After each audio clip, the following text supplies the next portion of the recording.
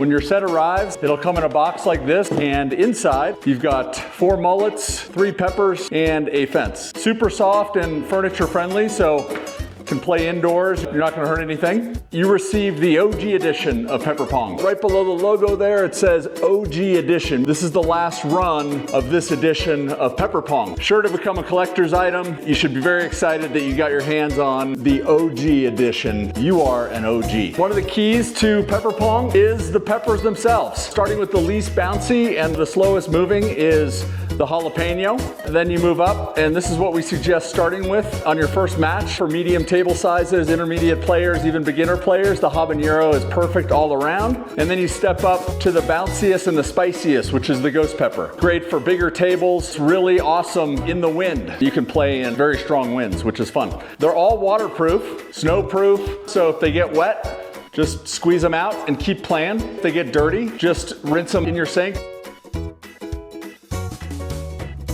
So now you're ready to have your first Pepper Pong match. A few important things. Number 1, it's not like ping pong. It doesn't blast all over the place. Pepper Pong plays much slower than you might expect. This game levels the playing field. It's designed to be the great equalizer. And there are a number of reasons why the game has been engineered to be slowed down. Number 1, it's easy for anyone to pick up and get right in on the action. We like to say that we want people to become Pepper Pong heroes on their first try. Another reason is that the slower pace of play keeps matches balanced. We despise blowouts at Pepper Pong. We want matches to be close. We want them to be riveting for the players and the spectators.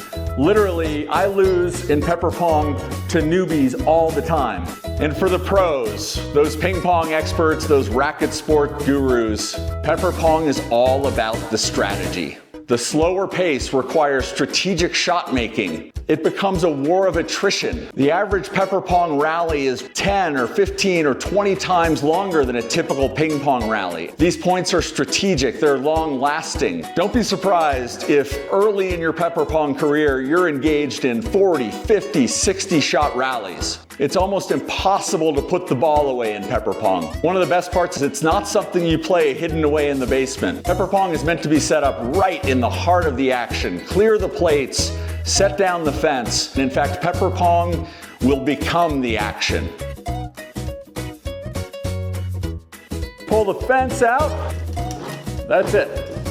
You're set up. You're ready to play. You could play where it's a really small table and use 2 of the panels.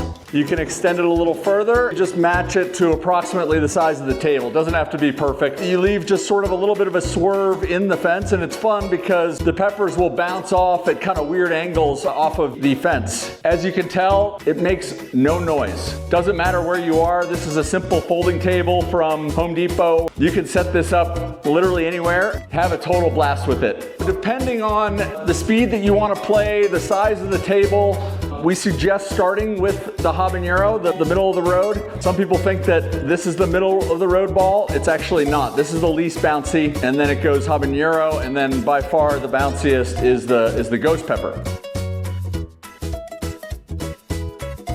There are rules in here, but we change the rules of the game based on player feedback. The updated rules are always available on our website.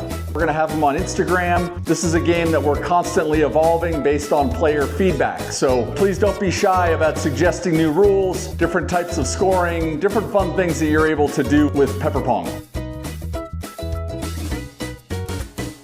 When you first start playing Pepper Pong, it will play much differently than any other racket sport you played. Just takes a little bit of getting used to. It doesn't fly off the paddle and bounce super high like ping pong. It's gonna take a little bit more oomph. I guarantee within 3 or 4 rallies or tries, you'll be having long points and a lot of fun. Play to 11 and win by 2. Usually play a 2 out of 3 set. You can bounce serve, so you can do that, or you can serve it like ping pong, so just down like that. Either way, the bounce serve, what you're not allowed to do is do this and like slam it on somebody. You can't like that. That's not fair. If you serve and it nicks off here and lands in on your opponent's side, you keep playing as though it was just a regular serve. So let's play in pepper pong. Much like pickleball and unlike ping pong or tennis where you restart the serve, elders serve first. We honor the elders. So the oldest person that's playing, whether it's singles or doubles, is the person to serve first. They always serve from the right-hand side to start. If they win that point, they switch to this side and they serve to the other opponent. If you lose the point, it's not like ping pong where you get 5 serves per turn. The ball changes hands quickly to keep things interesting. There's a couple of quirky rules. You can also volley, so after you serve, it has to bounce on your opponent's side. They have to return it, it has to bounce on your side. But on the next shot, your opponent can hit the ball out of the air if they want. The only stipulation is their hips have to be behind the edge of the table. You can't be in here like this and volleying. You've got to have your hips behind the table. It's like the kitchen in pickleball if you're familiar with that. Sometimes it's really fun to move the table against a wall and actually play the wall as being inbounds. If there's a chandelier or a lamppost, you could designate that as inbounds too. Just have fun with it. You know, it's meant to be a total blast.